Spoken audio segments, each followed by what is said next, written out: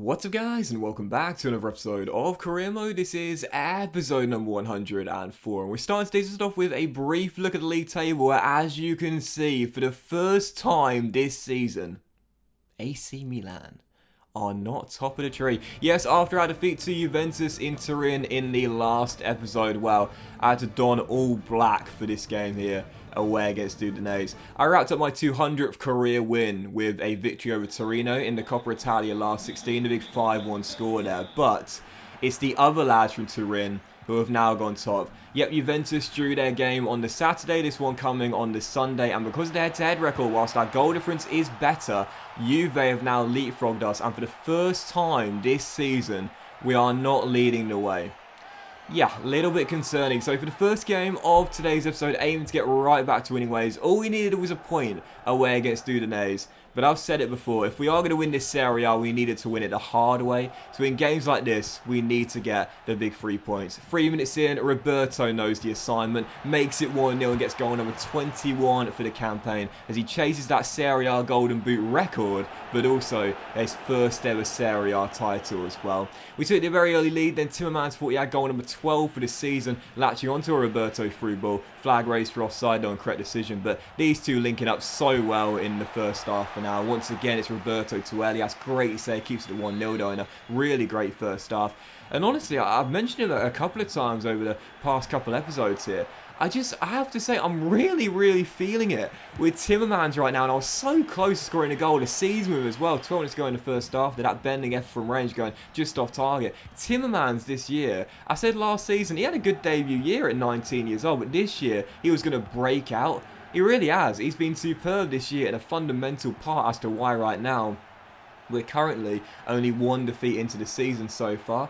So 50 minutes in a game where we dominate, we were just looking for the second goal, just to give us a cushion, just to give us some breathing room. Timmermans missed a couple of chances, had a goal disallowed for offside, but the guy who got our first gets our second as well, and goals 21 and 22 for the season. Roberto heads in across, makes it 2-0, and at that point I knew the game was done. A few minutes later, a chance to make it 3 as well. Selflessly rolls through Sol Ramirez, and after his hat-trick against Torino in midweek, comes off the bench and makes it 3 with one of his first touches of the game. I just don't know what to do with Messi's region. I really don't, because look, Keane still hasn't learnt left wing yet, but he rarely lets the side down. Roberto's indispensable, and Timmermans this season, despite not scoring in this game, he's been amazing. The only player I can think of replacing in that front four is Callum Hudson-Odoi, but I don't know, I really like him, and I like Messi's regen coming off the bench for flair and trickery and creativity and pace and a lethal finish as well. It's such a tough call, but then I think, am I stunting his development by giving him less minutes? It's such a difficult one. I think at some point I might bite the bullet and say to Callum, you've done nothing wrong, but Messi's regen is the future of world football. He needs to get the game time. Anyway, still following the game, as you could see, a big bid for Quebec. Now, he had some big ones in the summer, and this one came in from Bruno Lage's Wolves, who, as we know in this series, have had a meteoric rise and become an established European side.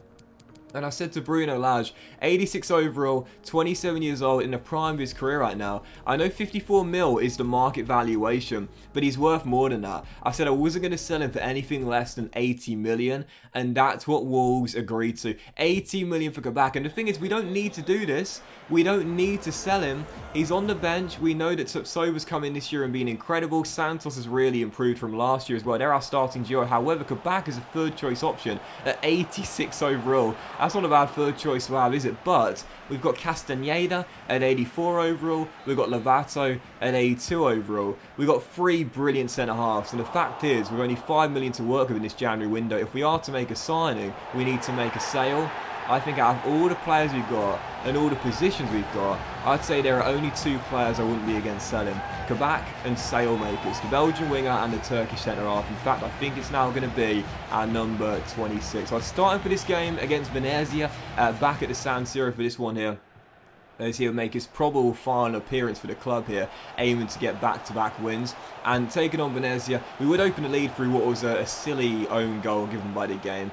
The way that EA determine own goals needs to be looked at. I've mentioned it before, it's like the slightest deflection or touch from a goalkeeper when it's sort of like ricocheting back would often go down as an own goal, which I really don't think it should. That shot from Keane there was clearly his goal. Should never have been taken away from him, but it was. With 41 minutes in, they weren't going to take away this one. Lovely little ball roll to get around the last man. Great little finesse at the far post, and Moyes. This one is his, no doubt about it. It's Milan 2, Venezia 0. And 66 minutes in, a chance to make it 3, which we would do. And oh, it's so nice to see this guy get a goal. Oh, we signed from Aston Villa. We said, listen, I'll be honest here, mate, you're not going to play much. But I thought I'd play him a little bit more than I do. But I just can't drop Rob. Of course, Scamacca comes off the bench for El Capitano and makes it 3-0. Just his second of this season. He'll rarely get a game. He'll barely ever start in this AC Milan side. But as a backup striker, I can't ask for anything more than that. Milan 3, Venezia 0. Whilst we would lose our clean sheet right towards the end, we still held on for the 3 points. Final score 3-1 in a bit of an interesting game, this one against Venezia. Certainly deserved to win, no doubt about it, but probably could have scored more had it been a little bit more assertive, but we'll take the win regardless. 3-1 the final score, and following the game as well, it was indeed Kabak's final game for the club. He has gone to Molineux. 86 overall, sat on our bench. He needed first team football, and I said I wasn't adverse to sell him in this window. And there we go. He's off to Wolves for £80 million. Again, at 86 overall, as a third choice centre-half, I couldn't have asked for anyone better, really, in the prime of his career at 27 years old. But I wouldn't mind making a new signing with this Milan side in the January window. With our budget now raising to 75 million. Brentford! Brentford! What's wrong with Justin Balo, boys? Putting in a big bid for Mike, our star goalkeeper, who this season has, of course, been incredible. And whilst I'm totally fine negotiating with our former team, the Bees, I'm not going to sell them Mike, who's been unbelievable this year. We say to Brentford, thanks but no thanks, Mike is staying here. Yeah, with Castaneda and Lovato, you know, Castaneda, the Spanish centre-half, who of course converted from holding mid to centre-back, he's grown in the background so nicely. You might not see it, but again, he's now an 84 overall centre-back. I think when we signed him on a free, he was the first signing of the Milan era, lest we forget, on a free transfer. I think he was a 78 overall holding mid. So he's changed position and grown 6 ratings in the process with limited game time. He's still such a young defender. I think to replace Kabak on the bench, 2 ratings lower but several years younger and just as good in my book. And then Lovato as well, 82 overall.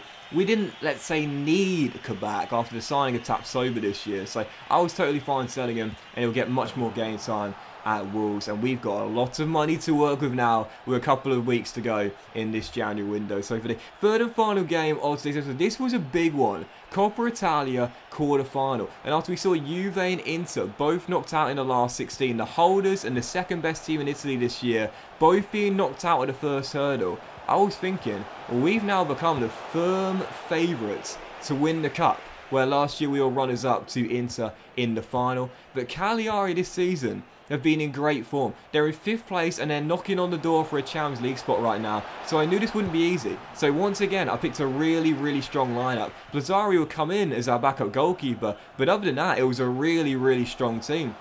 And despite taking the lead through Saelemakers, Cagliari had multiple chances. We had to be really on our game defensively in this one. After there was a couple of great opportunities, Santos was an absolute rock at the back in this one, making really big blocks and really crucial tackles as well in what was a 1-0 scoreline, which we had to grind out. Yeah, final score in Cagliari, 1-0. But again, this was a tough game. And I love it. Juve and Inter falling at the first hurdle. Everyone thinking, oh, this is surely Milan's to lose. But my goodness, just getting through Cagliari was so difficult. And it wasn't due to great offensive play, but dogged defence at the back. We make it through to the final 4 of the Coppa Italia, courtesy of, again, some real good defending, particularly from Francisco Santos, who was a beast in this game, saying, don't worry about Kabak, he's gone, but me and Tapsoba have got this. And in the final 4 of the Coppa Italia, as we would see who we've got in the semi-finals, Parma arrested a well team, Genoa or Napoli. Milan have got in the final 4.